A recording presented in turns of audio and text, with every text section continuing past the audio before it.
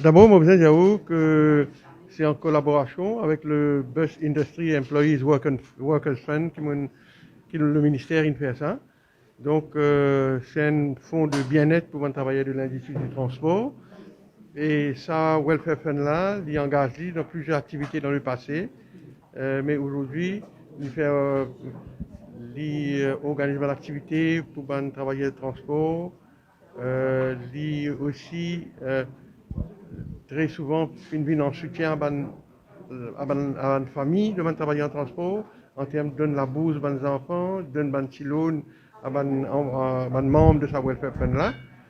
Mais aujourd'hui, compte tenu de la situation qu'il y a, nous sommes d'accord que sa welfare fund là pour organiser certains coûts pour un employé du transport. Et donc, le premier dans sa série-là, c'est un cours concernant la santé de un travailleur. C'est pourquoi donc, aujourd'hui, avec le soutien de la nutritionniste, Madame Soubra, moi, vous nous trouver, nous organisons un cours, une classe, un atelier de travail pour un travailleur de la CNT. Tout un travailleur dans différentes compagnies pour une suivre ce cours-là, mais évidemment, à cause de la restriction qu'il y a, nous ne pouvons pas avoir tout un seul coup. Donc, ce qu'il nous peut faire en vérité, nous peut montrer nos concerns concernant la santé de nos labor force.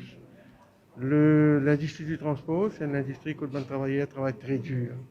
D'ailleurs, on fait trouver dans la loi qui est passée la semaine dernière, la loi concernant la CSG, l'industrie du transport, un travailleur de transport, il retrouve d'une petite catégorie de travailleurs dans nos pays, il y a une espèce de discrimination positive vis-à-vis en termes de l'âge de retraite.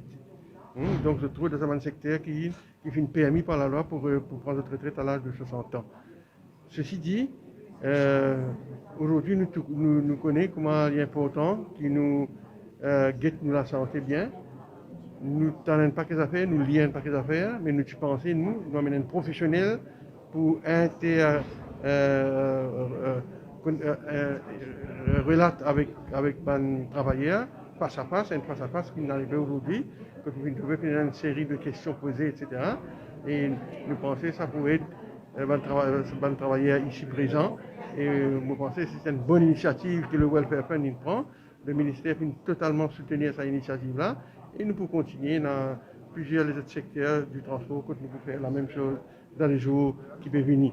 Alors, à travers ça atelier de travail-là, le message est clair. Nous besoin, nous tous aujourd'hui, Mauriciens et Mauriciennes, faire attention à la santé. Nous besoin qu'on adopter un bon hygiène de vie, un régime alimentaire sain pour nous capables de vivre plus longtemps, pour nous capables d'avoir une meilleure santé et qui nous capables de protéger nous la famille et nous capables de vivre mieux.